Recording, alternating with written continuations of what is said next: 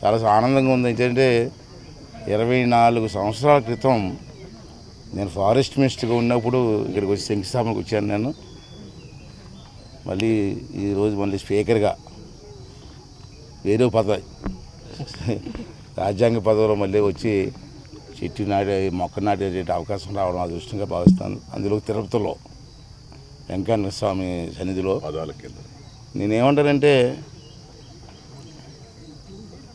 రాష్ట్రంలో సమతుల్యం కావాలంటే వాతావరణం మొక్కలు నాటాలన్నది అందరికీ తెలుసు. చిన్నప్పటి నుంచి మనం నేర్చుకుంటూ ఉంటాం. అశోకుడు చెట్లు నాటేయడని, చెట్లు అందరూ నాటాలని. కానీ చాలా ప్రభుత్వాలు ప్రయత్నం చేశాయి. అన్ని ప్రభుత్వాలు కూడా, కేంద్ర ప్రభుత్వం, రాష్ట్ర ప్రభుత్వాలు కూడా, గతంలో ముఖ్యమంత్రులు కూడా ఈ మొక్కలు నాటే కార్యక్రమాన్ని భారీ ఎత్తున చేశారు. ఈ మధ్యన కొత్త పద్ధతి చూసాం, చెట్లు కొట్టేయడం. అన్ని ప్రభుత్వాలు చెట్లు నాటమంటే అంటే మన రాష్ట్రంలో చెట్లు కొట్టేయడం పద్ధతి చూసాం. ఎందుకు కొట్టారో అతనికి అర్థం కావట్లేదు, నాకైతే అర్థం కాదు. నేనైతే ఫారెస్ట్ మినిస్టర్గా చాలా సంవత్సరాలు చేశాను. చెట్లు కొట్టడం అంటే ఒక బ్యాన్ చేసాం మేము. చెట్టు కొట్టడం అంటే నేరం అన్న భావన తీసుకెళ్ళాం ప్రజల్లో. మరి కొంతమంది నాయకులు చెట్లు ఎందుకు కొడుతున్నారు ఇప్పటికీ నాకు అర్థం కావట్లే. చెట్లు చాలా అవసరం. వాతావరణ సమతుల్యం కావాలంటే చెట్లు అవసరం, అది అందరికీ తెలుసు. చిన్న పిల్లవాడు కూడా చెప్పగలడు. అంచేత నేనేమంటానంటే ఇప్పుడే రాత్రి కూడా డిఎఫ్ఓ గారిని, కన్స్పేటర్ గారిని కలిసినప్పుడు చెప్పాను. నేను ఫారెస్ట్ మినిస్టర్ ఉన్నప్పుడు ఉమ్మడి రాష్ట్రంలో చంద్రబాబు నాయుడు గారు ముఖ్యమంత్రిగా ఉన్నప్పుడు ఆఫీసులో కూర్చొని నేను చెట్లు నాటాలని పిలిపిస్తే ఒకే రోజు లక్ష మొక్కలు నాటాం. ఒకే రోజు సింగిల్ డేలో రాష్ట్ర వ్యాప్తంగా 1,00,000 మొక్కలు నాటిన కార్యక్రమాలు మాకు తెలుసు. ఎలా నాటగలిగాం? ఫారెస్ట్ డిపార్ట్మెంట్ ఒకటే కాదు, అందరిని ఇన్వాల్వ్ చేసాం. దాంట్లో ఎన్సీసీ వాళ్ళు కానివ్వండి, రెడ్ క్రాస్ కానివ్వండి, సత్యసాయి భక్తులు కానివ్వండి, అలాగే నేషనల్ గ్రీన్ కార్ప్ అని పెట్టారు. దాంట్లో సిస్టమేటిక్గా గ్రూప్స్ ఏర్పాటు చేసాం.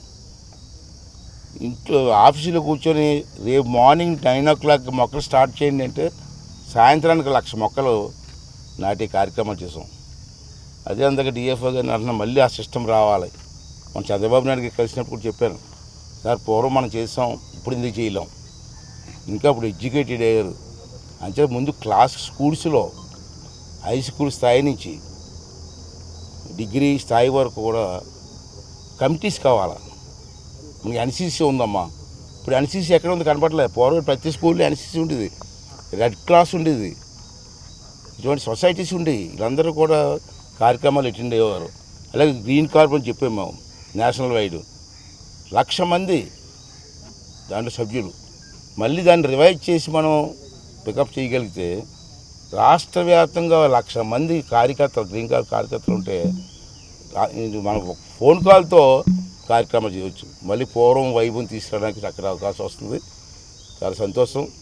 మరి నేను మన చంద్రబాబు గారు కూడా చెప్పాడు, అతను కూడా ఓకే అన్నారు. ఫారెస్ట్ మినిస్టర్గా మన పవన్ కళ్యాణ్ గారు ఉన్నారు. ఇప్పుడు వారు కూడా మన అసెంబ్లీలో కలిసినప్పుడు చెప్పాను నేను. ఇప్పుడు ఏంటంటే మొక్కలు నర్సరీలు ఉన్నాయి.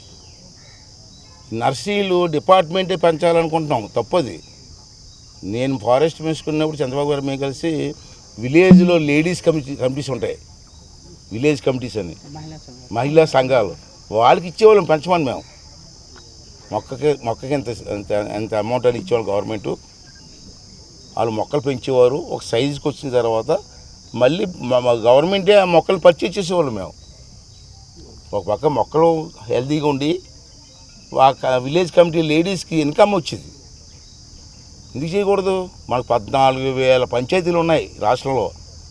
14,000 కేంద్రాలు పెట్టచ్చు, మొక్కలు పెంచే కేంద్రాలు పెట్టచ్చు. మనం టేక్ కానీ, చింత కానీ, వేప కానీ, ఇటువంటి మొక్కలన్నీ పెంచి రాష్ట్రాన్ని సస్యశ్యామలంగా ఒక గ్రీనరీ స్టేట్గా డెవలప్ చేయడానికి చక్కటి అవకాశం వస్తుంది. మళ్ళీ దాన్ని స్టార్ట్ చేస్తాం. నేను స్పీకర్గా ఉన్నాను కానీ డైరెక్షన్స్ చెప్పొచ్చు, ఇటువంటి నాకు అనుభవం చెప్పొచ్చు. కాబట్టి అందరికీ చెప్పి మినిస్టర్ గారిని, చంద్రబాబు గారితో ఆల్రెడీ మాట్లాడడం జరిగింది. కాబట్టి నెక్స్ట్ మంత్ నుంచి వర్షాకాలం వచ్చిందని స్టార్ట్ చేసి ప్రతి పంచాయతీలో ఒక నర్సరీ ఉండి తీరాలి. ఆ నర్సరీలో టేకు కానీ, వేప కానీ, చింత కానీ ఇటువంటి మంచి మంచి మొక్కలు ఏర్పాటు చేసి అవసరమైతే రైతులకు కూడా తీసుకుంటారు. గవర్నమెంట్ వాడుతుంది, రైతులు వాడతారు. ఇటువంటి సిస్టమ్ డెవలప్ చేసి ఆంధ్ర రాష్ట్రాన్ని మంచి గ్రీనరీ రాష్ట్రంగా డెవలప్ చేయడం కోసం ప్రయత్నం చేద్దాం. దానికి మీరు కూడా ప్రెస్ వాళ్ళు కూడా ప్రజల్లో చైతన్యం తీసుకొచ్చి ప్రతి ఇంటికి 2 మొక్కలు వేయమనండి. ఎన్ని ఇళ్ళు ఉన్నాయి రాష్ట్రంలో? ఇంటికి 2 మొక్కలు వేయమనండి. అంటే ఇటీవల కాలంలో పెరటి తోటలన్నీ, ఇంటి మిద్ది తోటలన్నీ ఇట్లా కొంత జనాల్లో అవగాహన వచ్చి వాళ్ళు చేస్తున్నారు. ఆ దిశగా ఏమన్నా ప్రోత్సహిస్తే ఫలితాలు బాగుంటాయి. డెఫినెట్గా నేను చూశాను విశాఖపట్నంలో కానీ మన విజయవాడలో ఒక వార్డులోకి వెళ్ళా. మనం అనుకున్నాడు అపార్ట్మెంట్లు వచ్చేస్తున్నాయి, ఎవడు మొక్కలు వేయట్లేదు, భూముల మీద పైనకి వెళ్ళిపోతున్నారు, అపార్ట్మెంట్కి వెళ్ళిపోతున్నారు. ఒక అపార్ట్మెంట్లో బ్రహ్మాండ తీరేశారు. అపార్ట్మెంట్ పైనే మొక్కల మీద పెంచుతున్నారు. కూరగాయ మొక్కలు కానీ, కొబ్బరి మొక్కలు కానీ పెంచుతున్నారు. ఆ సిస్టమ్ ప్రజల్లో ఉంది. ఇంకా అవేర్నెస్ తీసుకొచ్చి డెవలప్ చేయాలి. ప్రభుత్వం దానికి ఆర్థిక సాయం కూడా చేయాలి, ఎంకరేజ్ చేయాలి. ఎంత ఉంటుంది ఎంకరేజ్? 10% ఎంకరేజ్ చేయగలిగితే బ్రహ్మాండంగా వస్తుంది. బోల్డ్ డబ్బు ఖర్చు పెడుతుంది ప్రభుత్వం. గ్రీనరీ కోసం 10% ఎందుకు వచ్చి పెట్టలేం? తీయొచ్చు.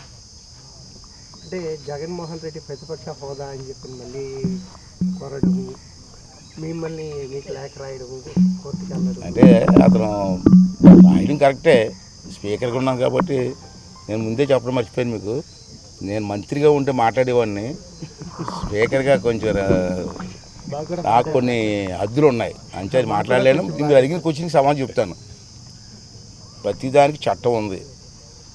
నా అడ్మినిస్ట్రేషన్ కూడా ఒక చట్టం ఉంది. చట్టం పని చట్టం చేసుకెళ్ళిపోద్ది. చూద్దాం ఏమవుద్దు.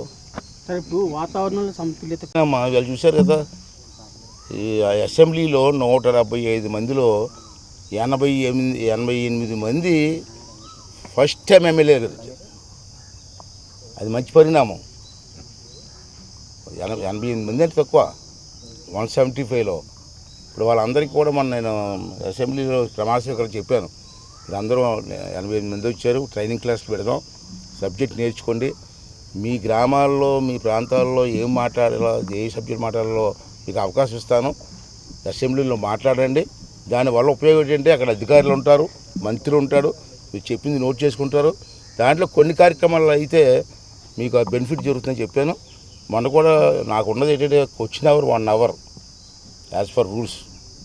కానీ మొన్న అసెంబ్లీలో క్వశ్చన్ అవర్ 2.5 అవర్స్ చేశాను. అందరూ మాట్లాడమన్నాను. ఎమ్మెల్యేలు అందరూ మాట్లాడండి, ఓపెన్గా మాట్లాడండి, మీకు కావాల్సిన సబ్జెక్ట్ మాట్లాడండి. మంత్రులు ఉంటారు, ఆఫీసర్లు ఉంటారు, ఇక్కడ నోట్ చేసుకుంటారు. నేను మాట్లాడాను. చంద్రబాబు గారు చెప్పాను, టైం చూడన్నారు. కాకపోతే 2 రోజులు పెంచుదాం సార్ అసెంబ్లీ, మాట్లాడినా ఉండి సార్ అన్నాను. అంటే అందరికీ మాట్లాడే అవకాశం ఇస్తాను, మాట్లాడమని. అలాగే ప్రతిపక్ష నాయకులు కూడా ఇస్తాను. దాంట్లో అనుమానం లేదు. ఏ పార్టీ వాళ్ళని నేను ఇస్తాను. అసెంబ్లీకి రావాలి, బయట మాట్లాడతాను, నాకు సంబంధం ఉంది. అసెంబ్లీకి వస్తే ఇస్తాను, బయట మాట్లాడతాను, నాకు సంబంధం లేదు కదా. విత్ ఇన్ ది అసెంబ్లీ ఎవరు వచ్చినా జగన్మోహన్ రెడ్డి గారు వచ్చి చెయ్యి ఎత్తినా సార్ అంటే ఓకే అంటాను.